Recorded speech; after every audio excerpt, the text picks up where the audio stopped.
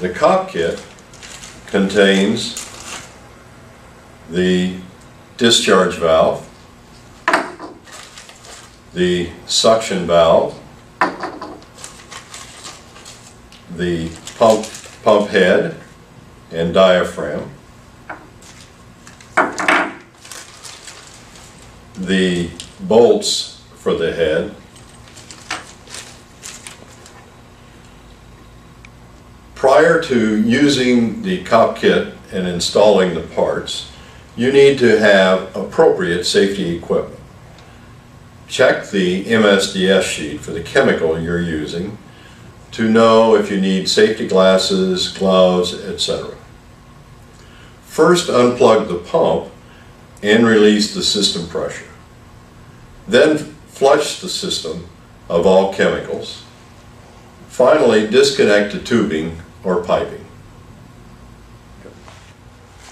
In order to ensure optimum performance, the Pulsafeeder series metering pumps require periodic inspection, cleaning, or replacement of the liquid in parts. It is generally recommended that the pump is inspected every 6 months. Depending on the application, the maintenance frequency for the pump will vary.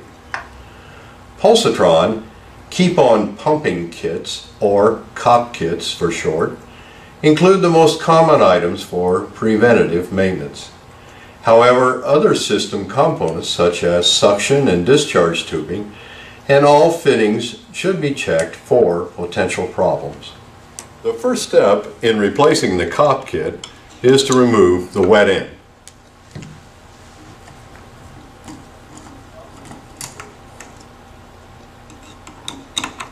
Once the head screws are loose, remove the head from the pump.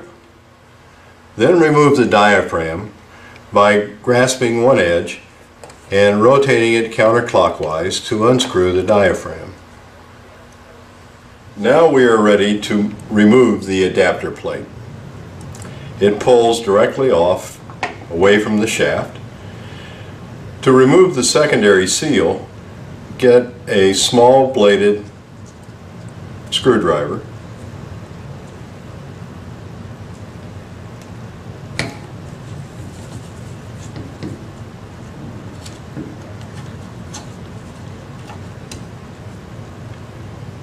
and remove the seal. Prior to installing the secondary seal, it should be lubricated with a silicone-based lubricant. Then it is installed over the shaft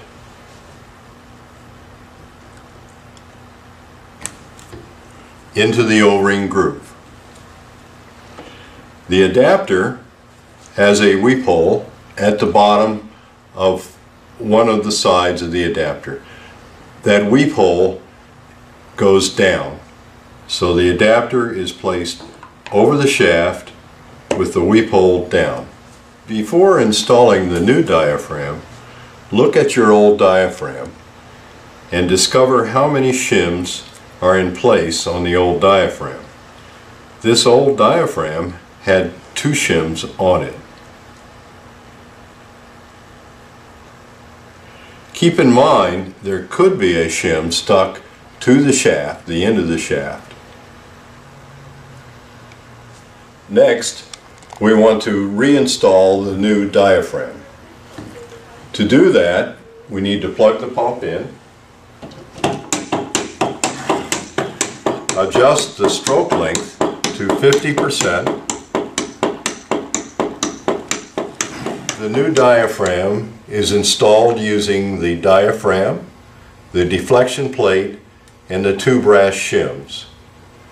First, we need a silicone-based lubricant to lubricate the parts.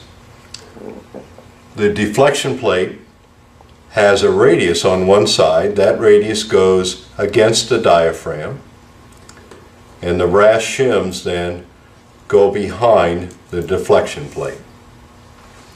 Then the diaphragm assembly is threaded onto the end of the shaft,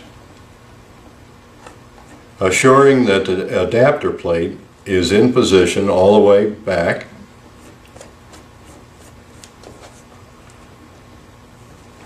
Turn the diaphragm until it stops.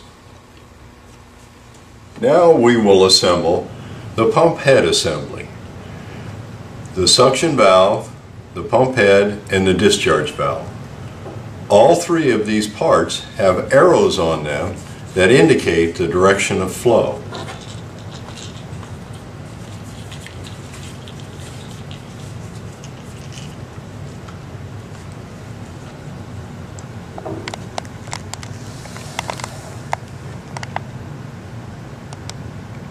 Now we will install the pump head to the pump.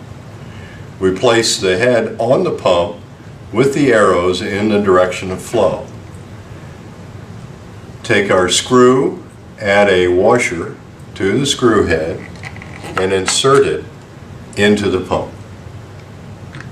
Now we will finish tightening the head screws to the pump. This is done in a diagonal manner.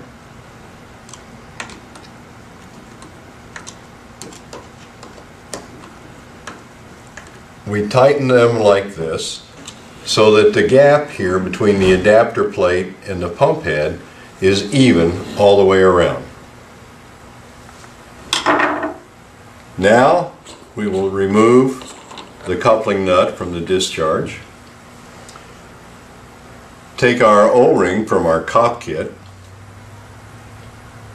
and place it on the discharge valve and reinstall the bleed valve from our pump.